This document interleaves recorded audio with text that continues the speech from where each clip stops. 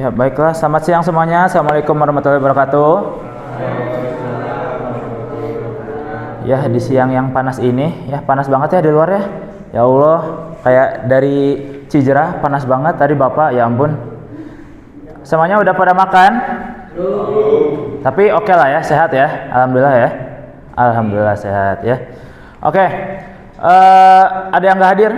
Atau hadir semua? Lutfi hadir ya?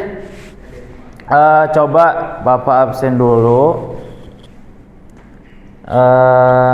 Ibrahim Alvino ada? Oke. Alwi Syabudin? Oke. Lutfi? Oke. Andreas? Ada Andreas? Ana? Ada Ana? Oke. Sama Zahra? Oke. Hadir semua ya berarti ya? Oh, Rafli, ada Rafli? Oh, nggak hadir. Nggak hadir. Oh, sakit. Kenapa cenah? Sakit perut. Ya Allah. Oh gitu. Oke. Oke, ya. Kita langsung masuk ke pembelajaran ya. Oke. Nah, jadi di pembelajaran kali ini itu kita ngebahas tentang apa? Branding media sosial. Sini ada yang tahu branding itu gimana? Atau gini deh, di sini siapa yang pakai Instagram? Coba ngacung. Siapa yang pakai Instagram? Yang punya Instagram lah gitu, yang punya akun. Gak apa, yang PP-nya mau hitam juga gak apa-apa. Yang masih hitam, yang bio-nya gak ada apa-apa juga gak apa-apa. Cuman satu, dua. Oke, yang pakai, oh yang udah punya LinkedIn, siapa di sini yang udah punya LinkedIn coba? Satu orang, ya ampun. Oke. Jadi rata-rata di sini mungkin WhatsApp ya, WhatsApp atau Facebook. Oh, Facebook ya benar, Facebook sama Twitter juga mungkin main Twitter. Oh iya, lain boleh. Oke. Jadi gini, anak-anak ya. Jadi esensi dari branding itu, kalian itu mau dikenal sebagai siapa sih? Kalian itu mau dikenal sebagai apa gitu. Jadi kebanyakan gini, misal nih Presiden punya IG, misalnya punya Instagram, di bio-nya tuh dikasih Presiden Prabowo Subianto as Presiden Indonesia gitu. Atau enggak LinkedIn-nya apa mungkin, terus sebagai apa, terus jabatannya gimana. Nah, itu tuh otomatis secara tidak langsung orang yang melihat akun Instagramnya Bapak Prabowo itu tahu, oh si Bapak ini teh Presiden Indonesia loh. Nah, itu teh Presiden Indonesia yang keberapa misalnya, terus jabatannya tuh dari tahun berapa sampai berapa gitu loh. Esensi branding teh kita sebenarnya menunjukkan diri kita, show off diri kita ke orang lain yang mendatangi sosial media kita. Jadi yang datang ke media sosial kita itu tahu kita tuh sebagai siapa gitu. Jadi makanya Bapak nanya, kalian mau dikenal sebagai siapa sih gitu di branding itu. Misalnya Lutfi kamu cita-cita jadi siapa? Jadi apalah gitu.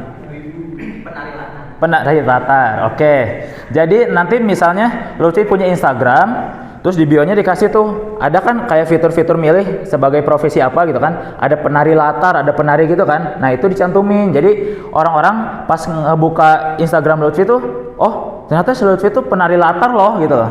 Nah, gitu loh. Berarti kalau sampai orang mendatangi media sosial kita dan tahu kita sebagai siapa dan tahu kerjaan kita apa, value kita apa, berarti branding kita sudah bagus teman-teman ya. Oke, seperti itu. Nah, di sini gimana sih cara memaksimalkan si media sosial itu untuk branding? Sini ada 3 poin. Ada mulai aja dulu. Kalau nggak mulai emang nggak bakal jadi-jadi ya. Jadi kita mulai aja dulu. Kita berani aja dulu. Soalnya kalau menuju kesuksesan itu harus ada cringe. Harus cringe dulu baru sukses sekarang mah. Jadi misalnya mau bikin konten, bikin dulu konten. Bikin aja dulu. Mau yang nontonnya berapa, mau yang nge-like-nya berapa, itu bikin aja dulu gitu. Yang kedua ada cari referensi. Nah, mungkin Alvino kan suka desain ya katanya ya. Nah, Alvino suka desain, mungkin kalau mau branding sosial media, mungkin Alvino punya Instagram? Punya Instagram. Nah, Alvino mungkin di Instagramnya mau dirapihin nih. Alvino tuh mau nunjukin Alvino tuh sebagai desain grafis profesional, lulusan S1, mungkin lulusan S2 gitu kan, amin ya. Nah, jadi Dari referensi, kira-kira ada nggak sih desain grafis yang sukses di Instagram yang bikin kontennya tentang desain grafis semua? Itu ada nggak sih? Nah kalau ada, coba lihat Instagramnya gimana, mulai dari foto profilnya gimana, terus mulai dari postingannya gimana, bikin kontennya gimana, yang menunjukkan bahwa oh si iya teh desain grafis gitu loh.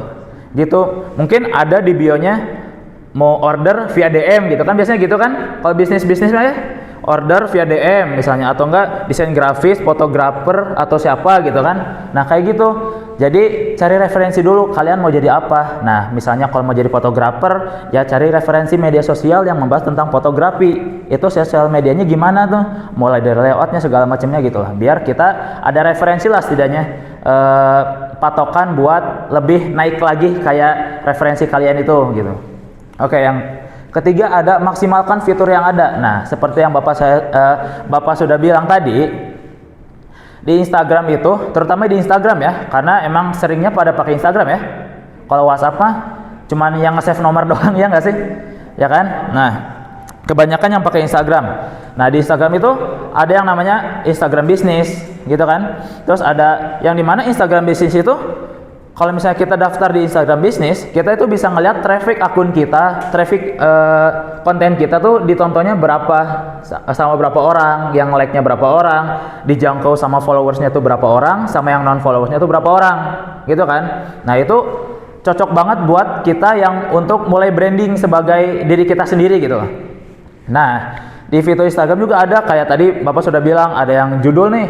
Judul misalnya sebagai siapa, penari misalnya, sebagai editor, sebagai content creator gitu kan. Nah itu ada. Jadi kalian coba maksimalkan fitur Instagram, ngulik-ngulik lagi, kira-kira ada nggak sih fitur Instagram tuh yang bisa nunjukin, kayaknya kalau misalnya aku nunjukin gini teh orang-orang pada tahu loh aku teh bisa ini gitu. Gitu guys ya. Nah oke. Nah tadi ada ya nomor 2 cari referensi, betul? Nah di sini contohnya. Ini salah satu yang jadi referensi Bapak untuk personal branding. Jadi sini bisa lihat nih. Sini pertama ada nama. Nah, menentukan nama itu tidak ngasal, teman-teman. Menentukan nama itu yang dimana ketika kita nyebut Matdix misalnya, itu enak gitu. Kayak Matdix, oh langsung nempel gini. Oh ini akunnya namanya Matdix gitu. Terus enak gini pelafalannya tuh. Misalnya Bagus Indra, Bagus Indra. Jadi kayak enak gitu disebutinnya tuh. Nah, pertama itu yang simple. Terus di sini ada nih, ada WA bisnisnya. Berarti kalau misalnya mau kerjasama, mau segala macam yang bersangkut paut dengan si beliau ini, itu bisa hubungin kontak ini. Itu sama aja personal branding, teman-teman. Nah, sini juga ada emailnya. Nah, sini nih, lihat, coba ya. Sini ada nih, Kadafi. Sini tuh ngebahasnya konten tentang personal branding semua ternyata. Nah, diaplikasikanlah ke akun beliau ini. Nah, sini ada nih, ada akun-akun lainnya, terus ada kontak personnya segala macam itu dicantumin semua. Jadi orang-orang tuh tahu kalau misalnya mau kerjasama atau menghubungi si beliau ini tuh lewat mana gitu loh. Jadi kalau misalnya konten ini ada, terus misalnya kita punya keahlian, tapi cara komunikasinya tuh gimana gitu kan? Nggak tahu ya. Kalau DM kan siapa tahu nggak dibalas atau gimana. Nah, jadi ada alternatif lain. Kalian bisa ngubungin sini, portofolionya ada ini misalnya. Gitu. Itu cari referensi tuh ngelihatnya dari situ, teman-teman. Nah, apa? Komunikasi. Yang penting adalah komunikasi. Mungkin ada beberapa yang pasangan-pasangan tuh, kuncinya tuh ada di komunikasi loh, benar nggak? Benar kan? Nah, jadi intinya gini. Kalau kalian bisa sesuatu, itu komunikasikan ke orang lain. Makanya fungsinya media sosial buat apa? Bukan cuma buat pamer, tapi buat komunikasi. Bukan cuma DM, tapi buat menampilkan diri kita. Misalnya, Alwi bisa videografer misalnya. Bikin konten video bagus-bagus nih, tapi nggak ada yang lihat. Itu siapa yang tahu Alwi itu videografer yang hebat gitu kan? Ya kan? Kalau misalnya kita nggak komunikasiin, kalau misalnya kita nggak nyampein, nih, aku tuh videografer loh.